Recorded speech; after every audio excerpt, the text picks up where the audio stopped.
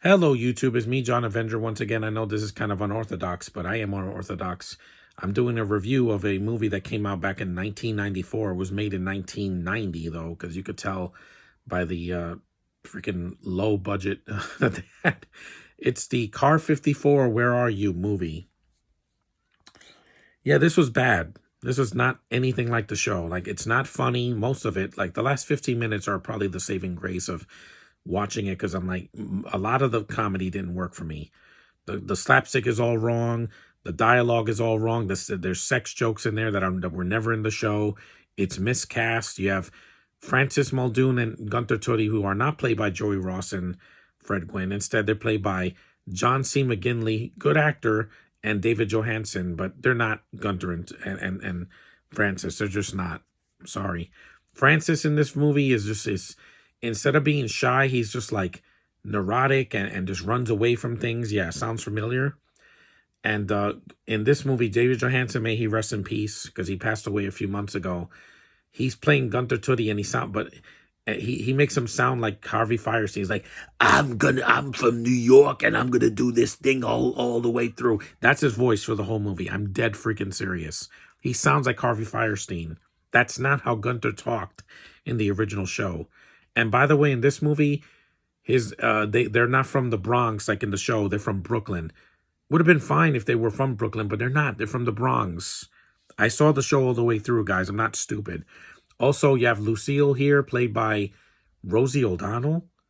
That's a total miscast. She's not horrible, but she's not Lucille. She looks nothing like Lucille. Has none of her sass.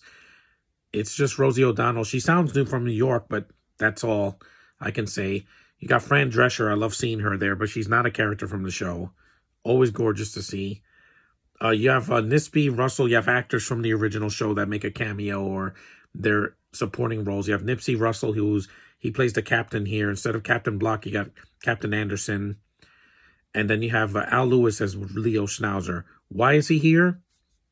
Because he's one of the only living actors from the show that was still around to do this movie. Because Charlotte Ross was still alive too, that played Sylvia, but she didn't want to do the film, and they probably didn't ask her. She was doing the Tom and Jerry movie. But it's just empty. A lot of the jokes fall flat. The opening song, there's a musical number in it. I don't know why, because the show was not a musical. Felt like an episode of Cop Rock from the 90s. It's bad. It's like bad comedic timing, poor exposition, a villain that is a cartoon character. You have Daniel Baldwin pretending to be a gangster. I'm like, dude, I don't even think he's Italian. Plus, it was his brother Alec that was the one that got arrested, not Daniel. It's just dumb. And if you've never seen it yet, it's on MGM Plus. That's how I saw it. I didn't want to pay for it because I would have felt cheated. It's a dumb version and one of the worst adaptations of a TV show I've ever seen. Not the worst movie I've ever seen. Oh, God, no. Lost in Space, I think, is worse. Inspector Gadget's worse. The 2019 Charlie's Angels is worse. But it's not good. I mean, this is mediocre, like The Honeymooners or Bewitched that came out years ago. It's not good, faithful adaptations. They missed the point of the show. If you're not going to faithfully adapt the show and make it funny, if it's a comedy or, be like the show, then what the hell is the point, It's just a dumb movie. It got a horrible rating on IMDb, like a 2-point-something. It bombed at the box office. It cost $10 million and made $1 million. And it got a 0% on Rotten Tomatoes. That means every critic that reviewed this movie hated it. Can you blame them? It's nothing like the show. They don't act like the characters. They don't look like the characters. It's just a mess. And may David Johansen rest in peace. I miss him a lot. But this was not a good movie for him.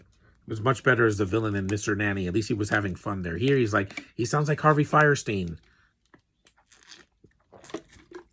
If you don't know who Harvey Firestein is, he was in Hairspray, the Broadway show. He was in Independence Day, Mrs. Doubtfire. He did a lot of stuff in the 90s, but this was just not a good movie that these actors did. Some of them are trying, but man, it just the material is freaking weak, because you have 2 TV writers that never wrote anything again, and a director that mostly does music videos. So he's not exactly a film director, but I get it.